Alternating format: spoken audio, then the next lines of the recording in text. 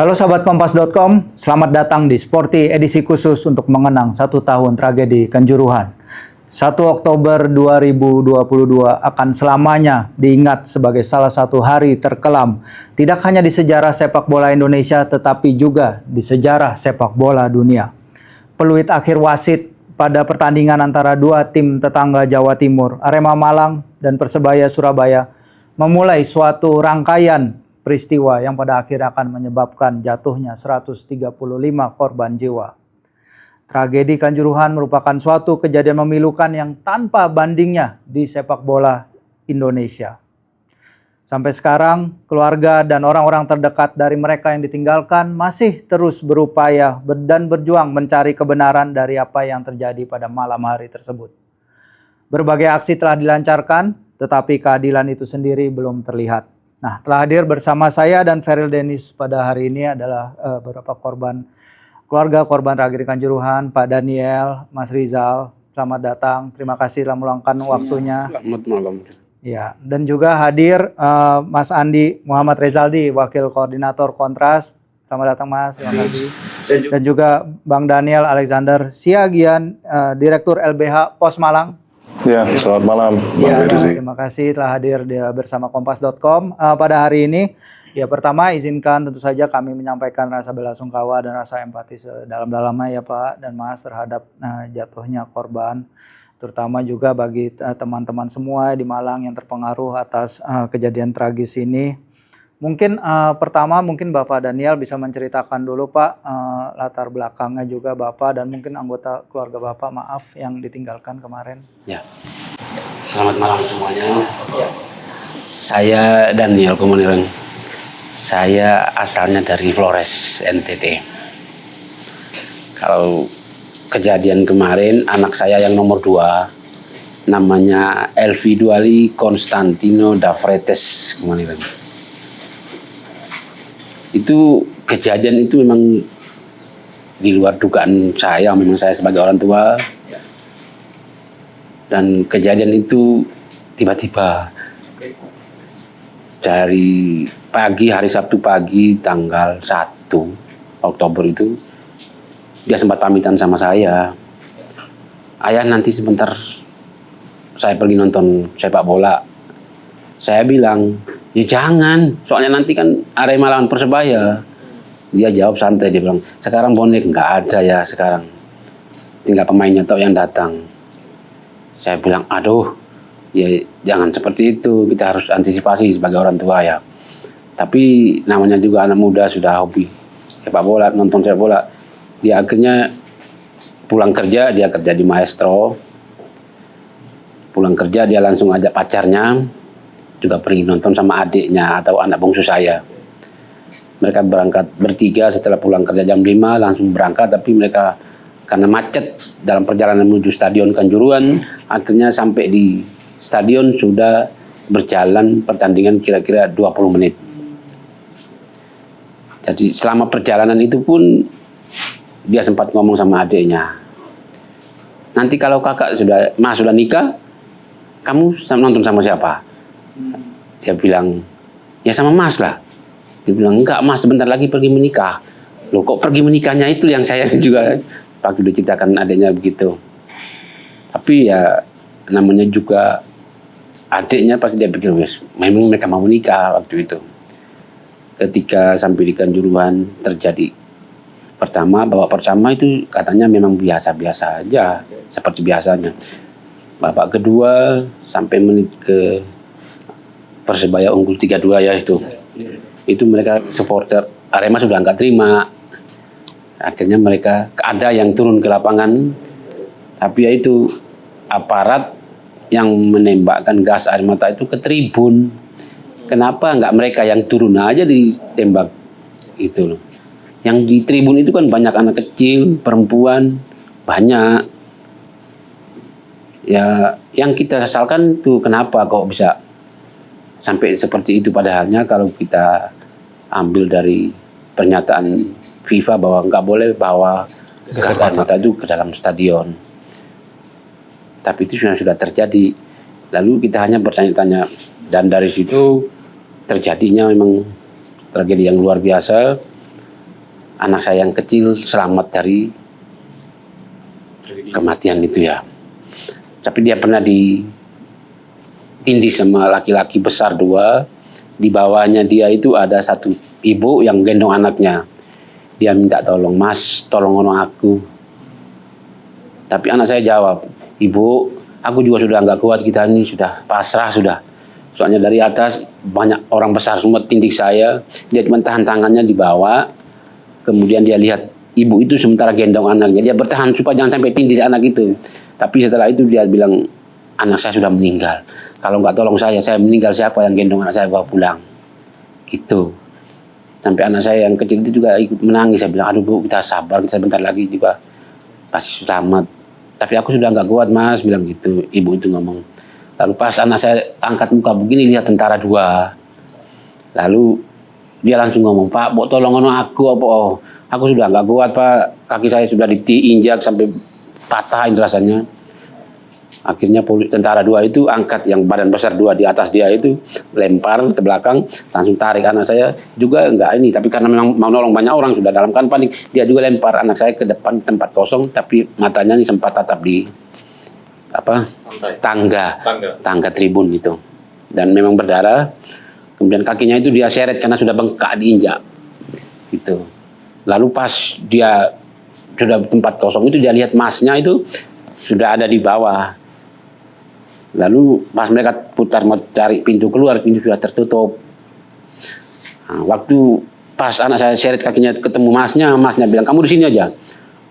Lalu masnya itu lihat pacarnya itu sudah kena semprotan gas air mata itu, megap-megap karena dia punya bawaan penyakit asma, sesak gitu. Sudah nggak kuat jalan, akhirnya banyak orang yang lari untuk menyelamatkan diri, dia masuk ke dalam untuk nolong dia punya pacar.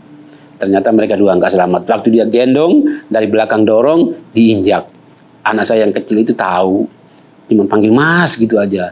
Kemudian pas secara akhir mungkin anak saya yang almarhum dengar panggil Mas itu, dia langsung bilang, "Ayah Ibu, Vili berangkat." Anak saya namanya Elvi, 2 hari panggilannya Vili. "Vili berangkat," bilang gitu. Lalu ya sampai anak saya yang kecil itu akhirnya dia sudah nggak lihat lagi kan, kaki banyak sudah injak. Dia itu langsung dia mundur, selamatkan dirinya. Waktu dia lari keluar pun masih ditembak gas air mata sampai keluar stadion, lari ke musola itu juga masih tetap ditembak. Dia sampai lari ke musola, sembunyi di musola. Berarti berapa jam tuh terjebak di stadion yang anak yang paling kecil?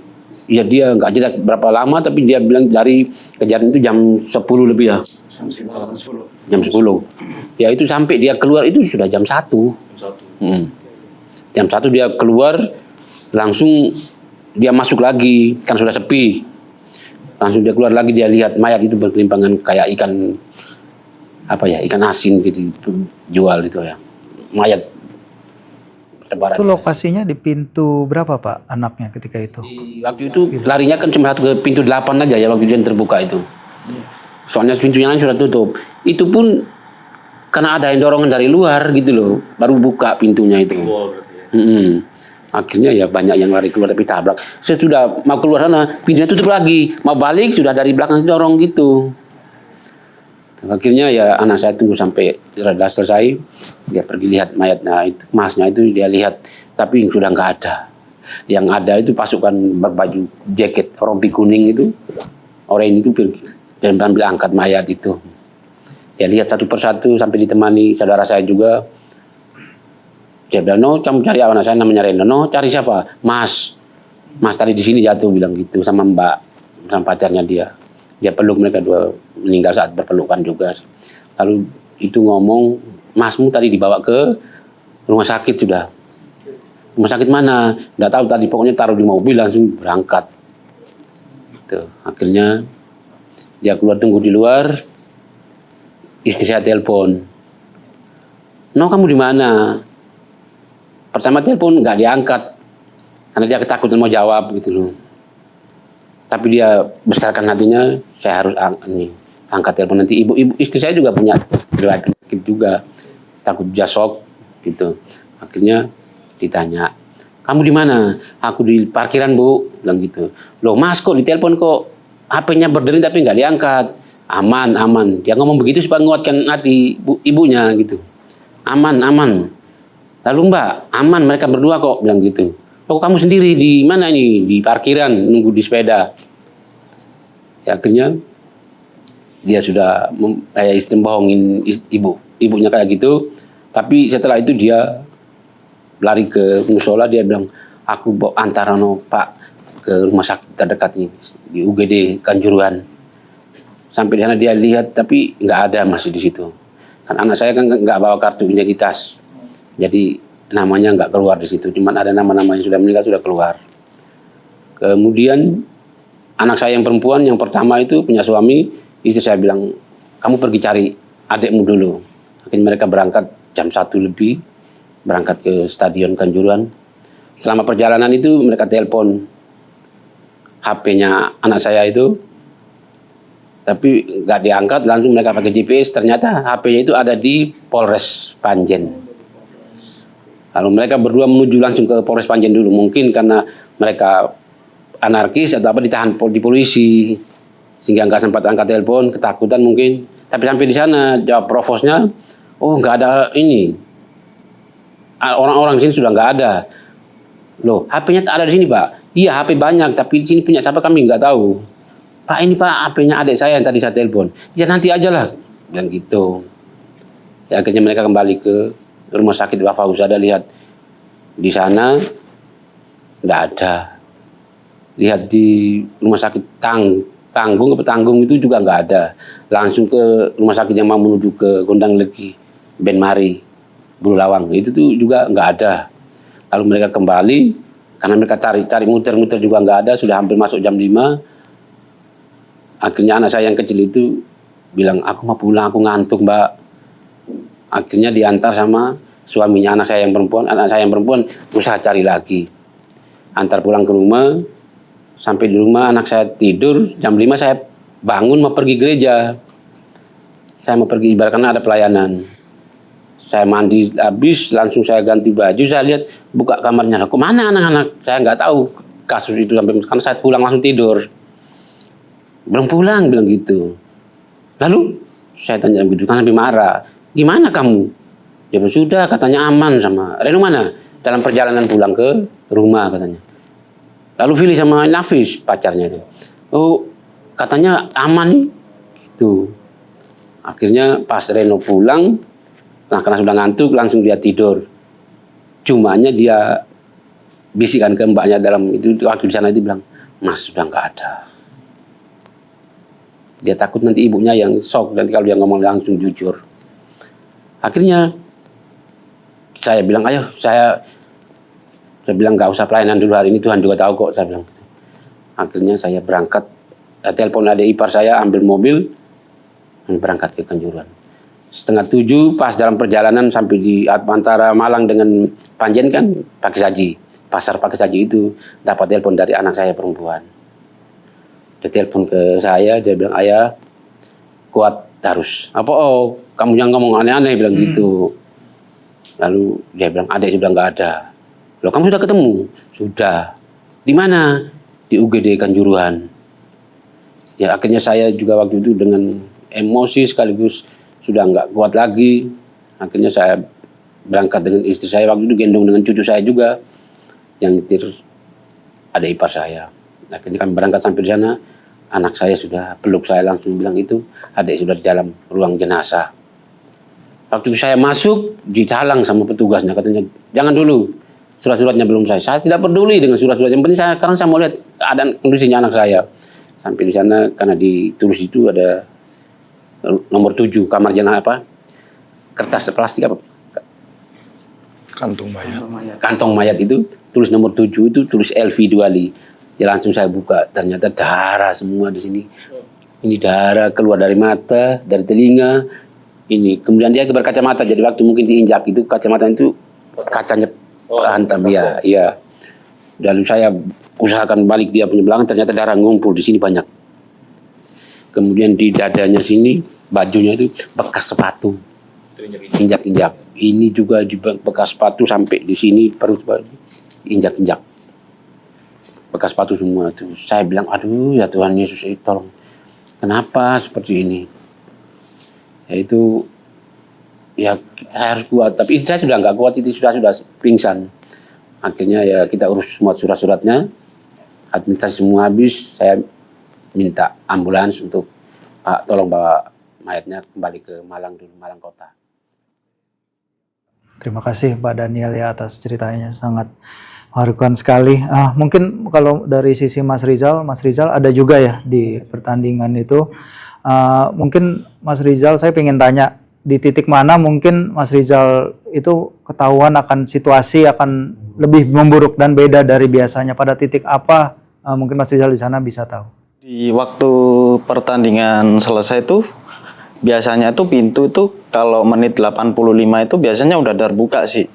Dan kita waktu itu emang nunggu di situ, dan daripada kita desak-desakan mau keluar. Nah, waktu itu langsung ada salah satu itu oknum atau supporter, kita juga nggak tahu. Itu turun ke lapangan dan itu ada pihak aparat langsung memukulnya.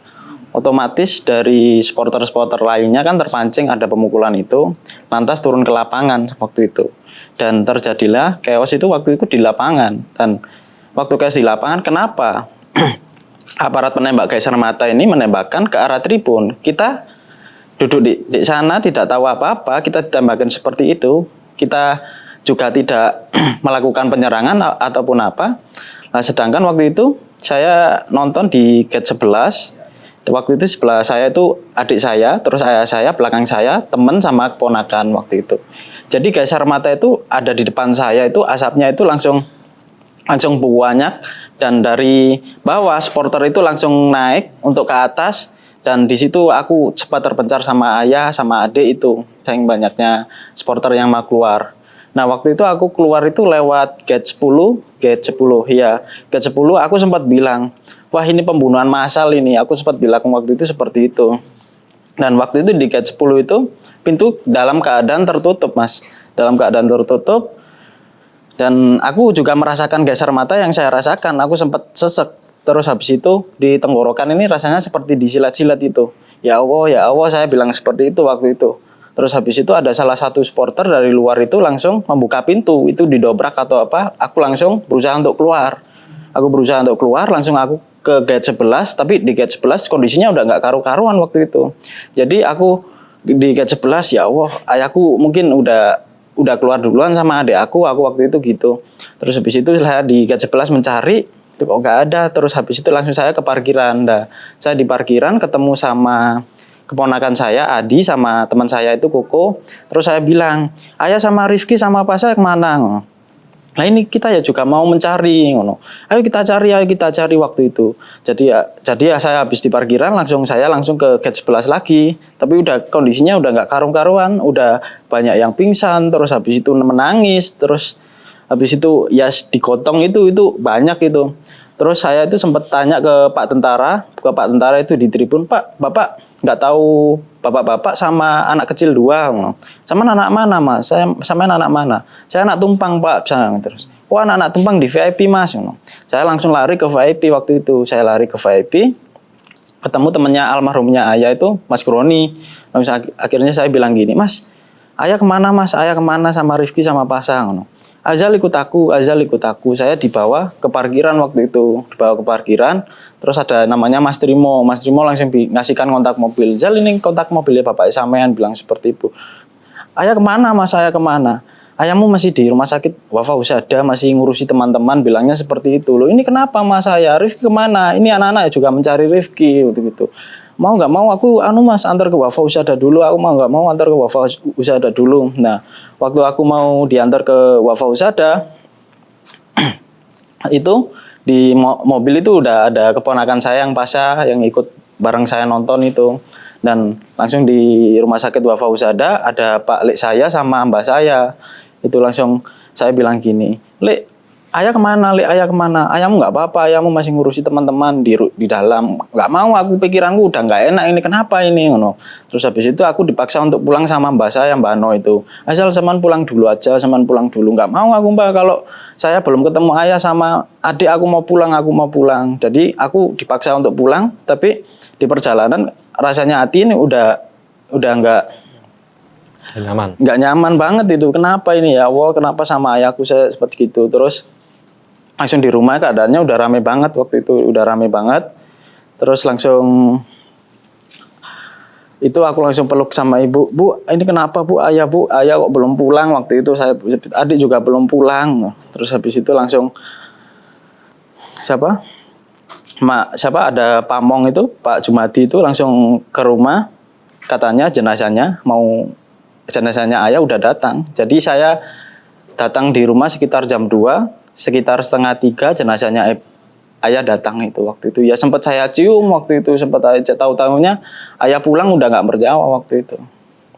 Oke, kalau dari ceritanya Mas Rizal dan juga Pak Daniel kan kayak masih bisa mengingat benar ya detail apa yang terjadi pada malam itu. Dan itu kan sudah 1 tahun berlalu sejak kejadian. Saya ingin nanya bagaimana sih setahun terakhir ya Bapak sendiri kesehatan dan lain-lain setelah kejadian itu?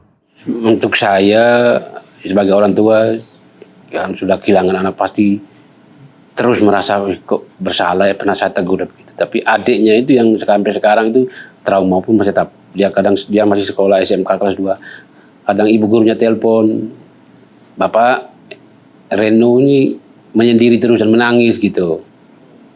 Lalu dia pulang, saya tanya, kamu kenapa nak? Aku ingat Mas gitu. Saya bilang ya sudahlah kalau Mas sudah nggak ada. Ya akhirnya saya juga makin kuat karena kita harus tempuh jalur hukum. Nah saya bilang iya deh, walaupun nanti akhirnya seperti apa, yang penting sekarang kita usahakan dulu lalu jalur hukum itu. Pada waktu itu kan kita dibantu oleh Mas Daniel juga. Waktu itu kita sama-sama tanggal 16 November dari Malang, kemudian tanggal 18 kita ketemu Bareskrim, tapi maaf kata kita sudah, laporan kita yang kedua, yang pertama sudah model A sudah masuk. Lagian waktu itu Pak Daniel Boli, Tifaona orang Lembata, orang Flores juga, itu dia bilang, Bung, nanti saya bisa atur itu, bisa ditangkap kok, saya berani tangkap biarpun dia bintang 2. Saya bilang ya sudah, puji Tuhan ya bisa kalau dia ngomong begitu. Tapi ternyata setelah kita pulang dari situ tidak ada kabar lagi, nggak tahu dipindahkan kemana, kita nggak tahu. Cuman sampai sekarang bahwa saya menganggap bahwa sudah hampir mau 1 tahun, tinggal 2 hari lagi pas 1 tahun, ternyata hukum belum kami dapatkan, keadilan belum kami dapatkan.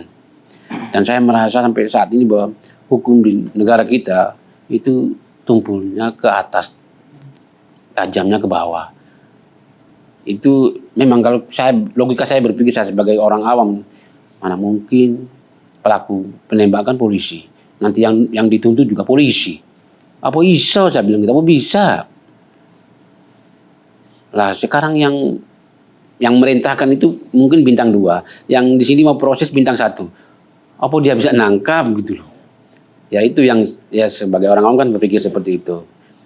Tapi ya saya punya harapan bahwa semoga bisa kami dapatkan keadilan ini sesungguhnya. Ya kita harus berusaha dulu. Dan saya berjanji karena sampai kapanpun saya harus dapatkan keadilan sesungguhnya. Memang anak saya sudah nggak ada. Tapi ya itu kadang ada intimidasi dari luar juga sih. Yang bagaimana perkara ini bisa dihentikan, kasus ini dihentikan saja. Nanti kita kasihkan ini. Saya bilang aduh enggak, sebesar apapun nilai uang atau apapun. Sempat ada tawaran itu ya Pak? Sempat ada tawaran itu? Tawarannya apa Pak?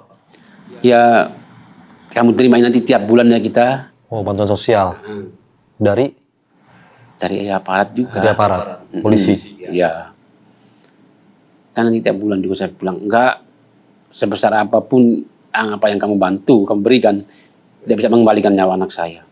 Biarlah kami harus mencari keadilan lewat tim lawyers kami, lewat lembaga bantuan hukum.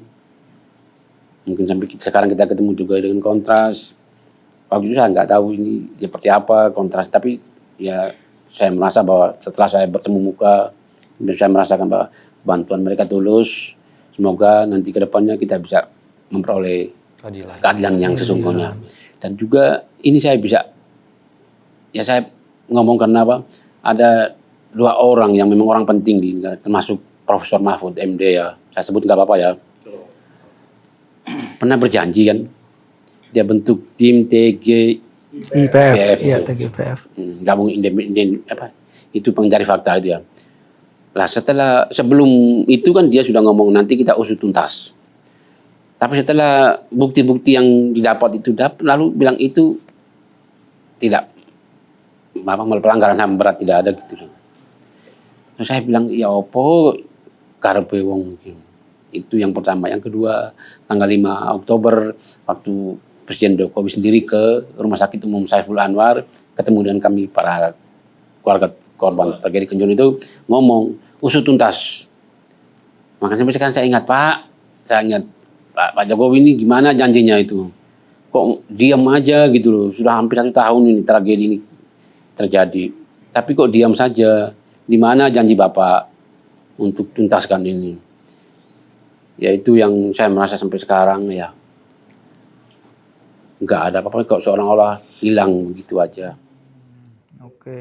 Oke Pak. Kalau tadi kan Pak Daniel udah bilang soal ya pendampingan yang sangat penting dari LBH dan juga dari Kontras. Mungkin Mas Andi dan juga Bang Daniel bisa jelaskan sejauh mana proses hukum, kan ini udah cukup lama juga ya berita ini nggak naik, udah setahun berjalan dan mungkin beberapa bulan terakhir ya proses hukumnya sudah berjalan, tapi ingin tahu aja sampai di mana proses yang sekarang berjalan. Oke, untuk proses hukum yang sudah berjalan ini terhadap 5 tersangka, yang 5 terdakwa, ini sudah sampai tahap putusan kasasi 20 beberapa waktu yang lalu, minggu yang lalu.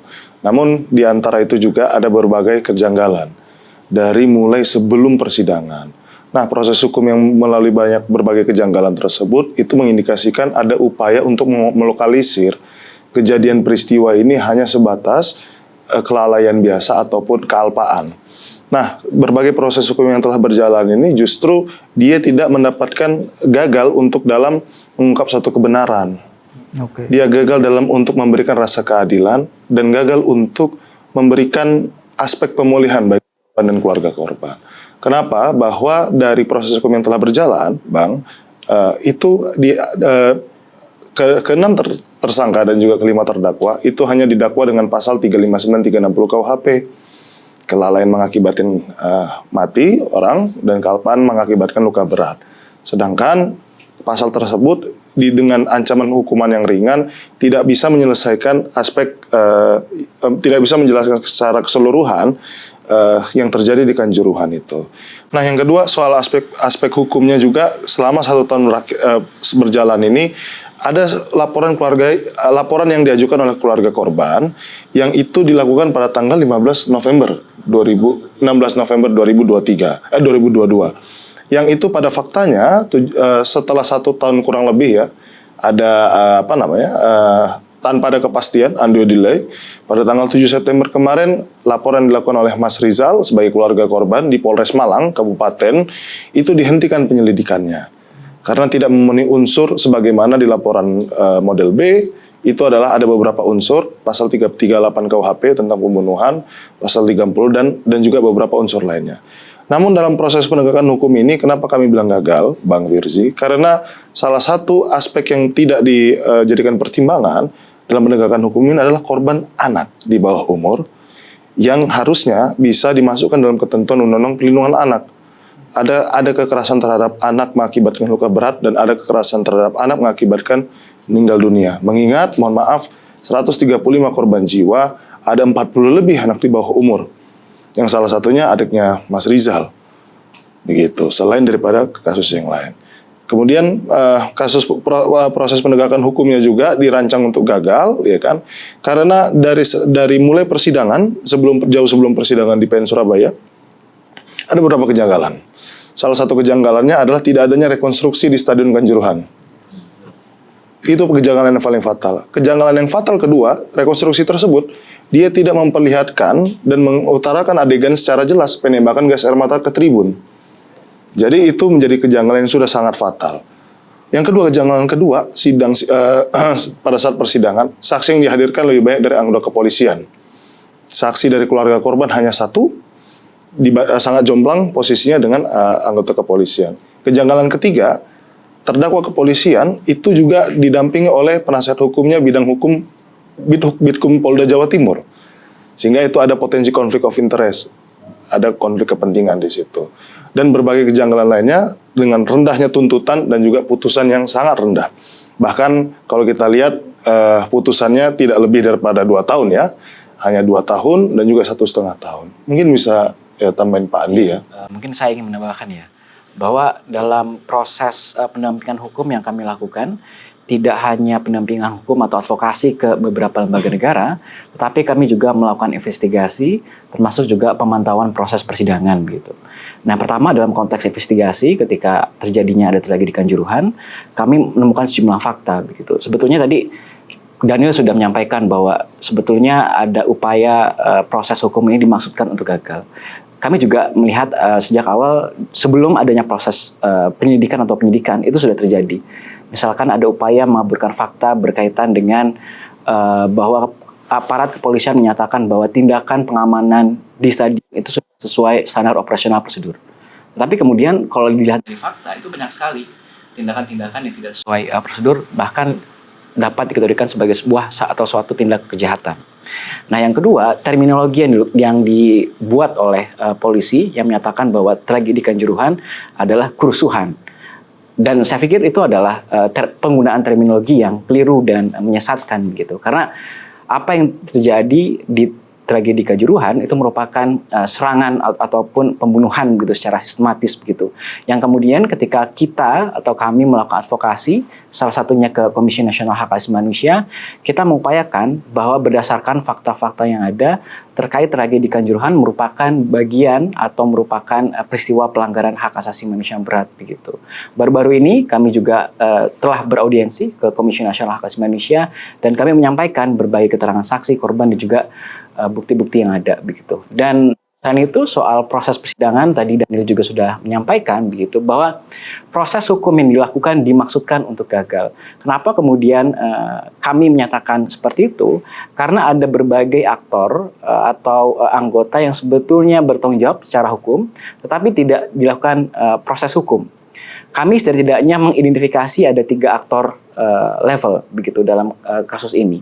Pertama, aktor high level yang sampai sekarang tidak tersentuh. Yang kedua adalah aktor pengendali strategis, yaitu anggota kepolisian yang melakukan pengendalian terhadap anggota kepolisian yang melakukan penembakan gas air mata. Di lapangan berarti ya itu ya? Di lapangan, termasuk juga anggota kepolisian yang langsung melakukan penembakan gas air mata di layer ketiga. Nah, sayangnya proses hukum hari ini yang dilakukan oleh aparat kepolisian hanya menyentuh layer kedua. Layer pertama yaitu aktor high level, aktor yang terakhir anggota kepolisian yang melakukan penembakan gas air mata tidak tersentuh hingga hari ini.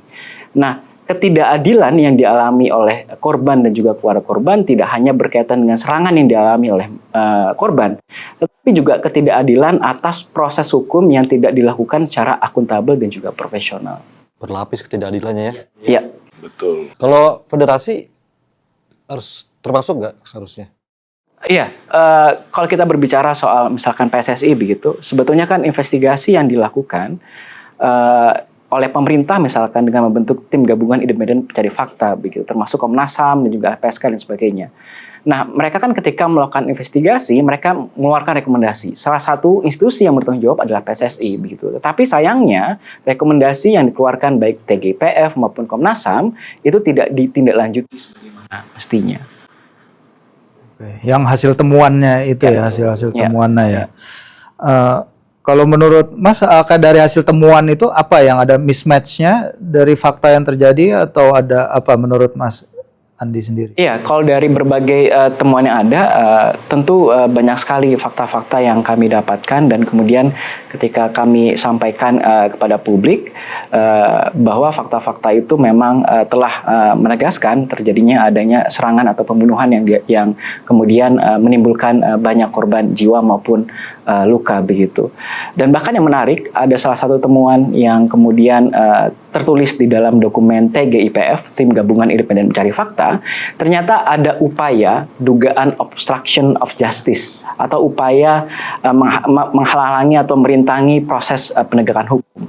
Salah satunya adalah berkaitan dengan adanya upaya mengganti CCTV di areal Stadion Kanjuruhan menjadi CCTV yang baru begitu. Nah, harusnya berkaitan dengan adanya dugaan obstruction of justice ini diselidiki lebih lanjut. Tetapi kemudian adanya temuan ini itu tidak dilakukan atau diproses secara hukum lebih lanjut oleh aparat kepolisian begitu. Sehingga saya pikir banyak pelanggaran yang dilakukan oleh aparat kepolisian dalam konteks tragedi. Termasuk renovasi sekarang ini Kanjuruhan? Betul.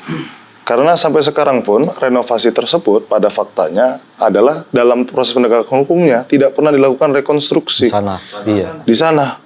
Dan kemudian rekonstruksi yang terjadi di sidang di Pengadilan Negeri Surabaya itu rekonstruksi hasil dari yang terjadi di Polda Jawa Timur yang tidak menjelaskan secara rinci dan Penting spesifik. nggak sih Mas? Kalau sebuah kasus dengan rekonstruksi kayak gitu?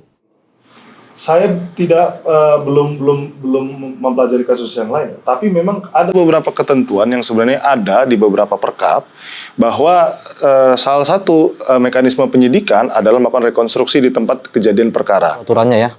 Itu secara aturan dan itu tidak dilaksanakan. Pada faktanya hari ini renovasi tetap berjalan, ada pembongkaran di situ. Padahal Stadion Kanjuruhan merupakan lokus atau tempat terjadinya suatu peristiwa itu, Bang. Kenapa buru-buru amat ya renovasi ya? Betul. Dan renovasinya, dimulainya renovasi itu setelah penghentian penyelidikan oleh Polres Malang terhadap 2 pelapor, salah satu pelapornya adalah keluarga korban Mas Rizal. Jadi makin menguatkan nih, dimaksudkan untuk gagal dalam mengungkap suatu kebenaran. Tapi renovasi itu juga kayaknya berjalan dengan aman aja tanpa ada penolakan dari pihak dari warga di Malang, Mas. Nanti ditambahkan oleh Mas Rizal ya, Bang ya. Saya kedengar ada riak-riak soal renovasi itu. Kalau untuk penolakan, kita keluarga korban tetap konsisten sih untuk mensuarakan, terutamanya dari kita bersolidaritas bersama Aremania Kampus, anak-anak pergerakan di sana, untuk mensuarakan bahwasanya Kanjuruhan ini jangan dibongkar dulu kalau masalah ini belum selesai. Kalau masalah ini udah selesai, kita udah dapat keadilan, terutama tersangka penembak gas air mata dan yang terlibat di situ harus diadili, gak apa-apa dibongkar, kan seperti itu waktu. Ya. Mas, kalau menurut Mas Rizal sendiri, apakah menurut Mas Arema telah membantu para supporternya, cukup membantu para supporternya dalam mencari keadilan, Mas? Aku rasa tidak sampai saat ini. Kita sebagai supporter, kita dulu dengan bangganya mendukung. Dengan adanya tragedi Kanjuruhan ini, saya telah kehilangan ayah sama kedua adik saya. Dan terus terang, saya udah nggak respect banget yang namanya sampai bola. Sampai mati pun saya tidak akan menonton sepak bola. Oke, jadi bukan hanya Arema Malang, tapi seluruh sepak bola ya, Mas ya. Oke, mungkin ya itu juga ya, saya mau nanya berikutnya. Apa tadi kan udah dibilang betapa hasil-hasil pengadilan, vonis yang dijatuhkan oleh negara dan lain-lain itu jauh dari rasa keadilan. Menurut saya pengen nanya, menurut Mas Rizal, apa sih dampaknya tuh secara psikologis terpaksa menerima keputusan seperti itu tuh, Mas? Kalau saya juga merasakan sebagai keluarga korban yang telah kehilangan tulang punggung keluarga dan kedua adik saya yang masih kecil-kecil yang masa depan mereka masih sangat panjang ya, Mas. Ya, saya telah kehilangan kebahagiaan saya yang saya rasakan bersama ibu saya. Dan mungkin untuk itu saya ya tetap berjuang di jalur keadilan ini sesuai cita-cita bangsa Indonesia setelah merdeka, hidup adil dan beradab, bangsa luhur bermartabat, adil dulu. Keadilannya seperti apa, Mas, yang Mas inginkan, Mas? Keadilannya seperti ini, Mas. Keadilannya ya aktor penembak gas air mata dan provokator oknum yang terlibat di Stadion Kanjuruhan itu diadili seadil-adilnya. Itu sih, Mas. Ya. Kalau buat Pak Daniel? Kalau saya sampai kapanpun tetap akan saya perjuangkan keadilan ini. Dan tadi ditanyakan bahwa keadilan seperti apa, ya seperti jawaban Mas Rizal tadi, bahwa aktor-aktor yang melakukan penembakan itu dan siapa yang memerintah mereka yang terdapat dalam itu harus dituntut ya sesuai dengan hukum yang berlaku. Kan kemarin kan sudah ada 2 yang bebas. Kok pelaku penembakan kok bisa 2 yang lolos ya? Itu kan berarti kita merasa bahwa hukum tidak berjalan dengan baik di negara kita. Jadi di mata Pak Daniel dan Mas Rizal, negara dan pemerintah telah gagal memberikan rasa keadilan bagi para korban. Iya, masih. Oke. Mungkin kalau Mas Rizal mungkin emang lagi nggak melihat sepak bola ya, tapi faktanya setelah Kanjuruhan terjadi masih banyak kericuhan yang melibatkan supporter ya. Walaupun sekarang udah ada aturan tidak boleh ada supporter tandang dan lain-lain. Menurut Mas Rizal, apakah ini tanda bahwa ya kita tuh sebagai culture supporter kita memang belum, ya walaupun penyebabnya beda ya ketika apa yang terjadi di Kanjuruhan dan kericuhan yang terjadi melibatkan supporter akhir-akhir ini. Apakah bagaimana Mas melihatnya? Ya untuk kalau yang di Malang itu ada supporter yang dipecah belah seperti itu. Ya kalau saya sih saya lebih respect untuk anak-anak yang mensuarakan di jalur keadilan itu dan ya. Oke, selama setahun ini sudah lewat banyak perjuangan yang sudah dilalui juga Mas. Tapi tentu tidak akan menyerah sebelum keadilan itu akan tercapai ya. Terus kapanpun itu. Apakah mungkin ada titik di mana seorang aktor mengakui atau seseorang minta maaf di mana Mas dan Bapak akan mencapai titik legowo, ikhlas? Salah satunya adalah mereka datang minta maaf ke Mereka itu siapa Pak? Mereka itu? Iya, siapa yang mereka pelaku itu. Dan yang terlibat di sana mengakui bahwa mereka ini menembakkan gas air mata dan seolah-olah kan mereka juga tidak mengakui waktu menembakkan ke arah tribun. Waktu persidangan di Surabaya, mereka kan bilang katanya tidak menembakkan di tribun waktu itu. Kan sangat tidak transparan terhadap masyarakat. Kan gimana ya Mas, namanya masyarakat kan taunya kalau pertandingan antara Arema FC dan Persebaya itu yang adalah kerusuhan antara supporter Arema sama Persibaya, tapi tidak seperti itu. Ya. Dan di sana pun supporter Persibaya kan tidak ada di sana, tidak ada yang nonton waktu itu. Seperti itu. Oke.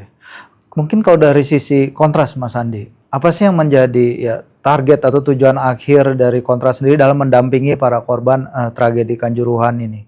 Ya tentu Kontras, LBH Pos Malang dan juga berbagai organisasi masyarakat sipil lain yang melakukan pendampingan terhadap keluarga korban, tentu kita akan terus menuntut keadilan kepada negara begitu, utamanya berkaitan dengan akuntabilitas hukum atas berbagai aktor yang terlibat dalam peristiwa ini. Sebetulnya berkaitan dengan tragedi Kanjuruhan itu bukan persoalan bisa atau tidak, tapi persoalannya adalah mau atau tidak dari negara begitu. Karena kalau kita melihat dari infrastruktur aparat penegak hukum yang ada, itu memungkinkan untuk dapat menyentuh aktor yang lebih tinggi. Tapi persoalannya saat ini adalah ketidakmauan dari negara untuk mengusut kasus ini secara tuntas. Langkah strategisnya apa Mas kalau ini sampai lambat atau deadlock? Tentunya kami akan terus mendorong dan juga melakukan advokasi ke berbagai lembaga negara, utamanya adalah Komisi Nasional Hak Asasi Manusia. Karena jika dilihat dari berbagai fakta-fakta yang ada, ini memenuhi adanya unsur-unsur kejahatan kemanusiaan begitu. Yang kemudian perlu bagi Komisi Nasional Hak Asasi Manusia melakukan penyelidikan dalam mekanisme kasus pelanggaran hak asasi manusia berat sehingga dapat diadili melalui mekanisme pengadilan hak asasi manusia. Mungkin Daniel bisa. Selain itu juga bahwa yang kami harapkan dalam upaya advokasi ini adalah pemenuhan terhadap hak korban atas kebenaran, atas keadilan dan juga atas pemulihan. Dalam aspek penegakan hukum yang berkeadilan itu menjadi salah satu tujuan strategis dari penuntasan kasus ini. Selain itu bahwa pemenuhan rasa keadilan juga itu tidak bisa didikotomikan antara aspek yudisial dan juga non-yudisialnya. Mungkin itu Bang untuk melengkapi Kalau dari pemulihannya jalan nggak Mas? Sejauh ini mungkin bisa dilegitimasi di keluarga korban untuk aspek pemulihannya juga berjalan di tempat. Berjalan di tempat. Itu cuma dari kapan Mas periodenya? Dari kejadian sampai berapa bulan aja?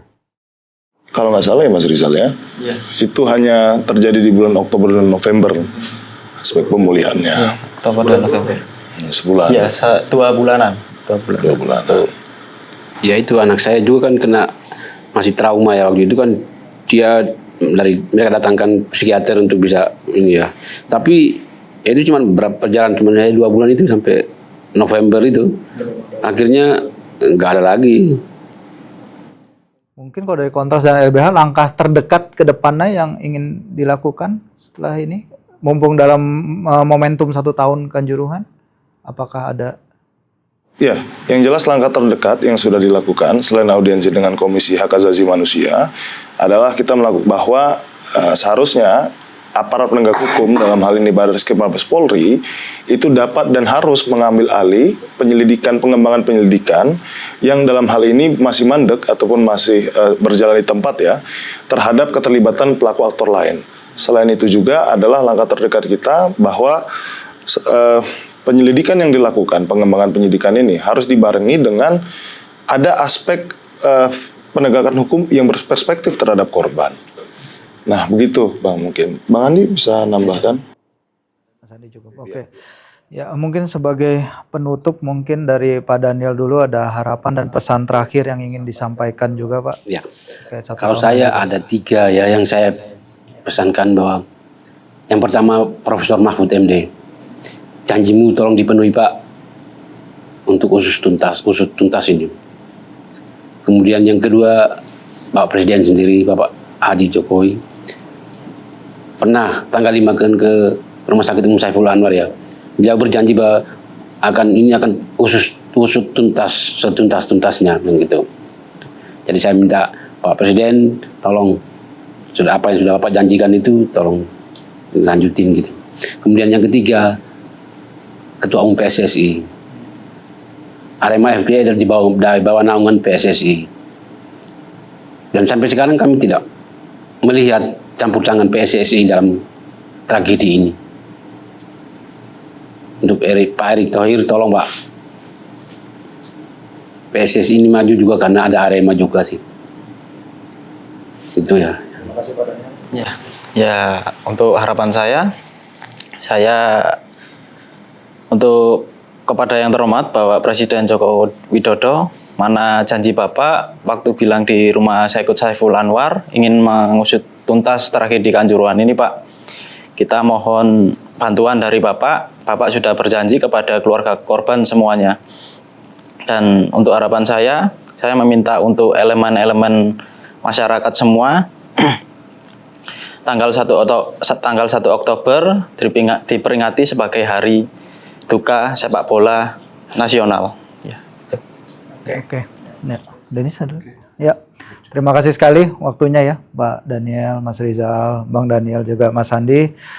Begitu adalah edisi spesial Sporty, spesial 1 tahun tragedi Kanjuruhan, sahabat kompas.com. Tentu kita mendoakan agar tagar usut tuntas tidak hanya bergema di media sosial, tapi juga dilaksanakan sepenuhnya dan agar keadilan juga ditemukan bagi para korban dan keluarga korban tragedi Kanjuruhan. Karena kita tahu tidak ada sepak bola seharga nyawa. Terima kasih.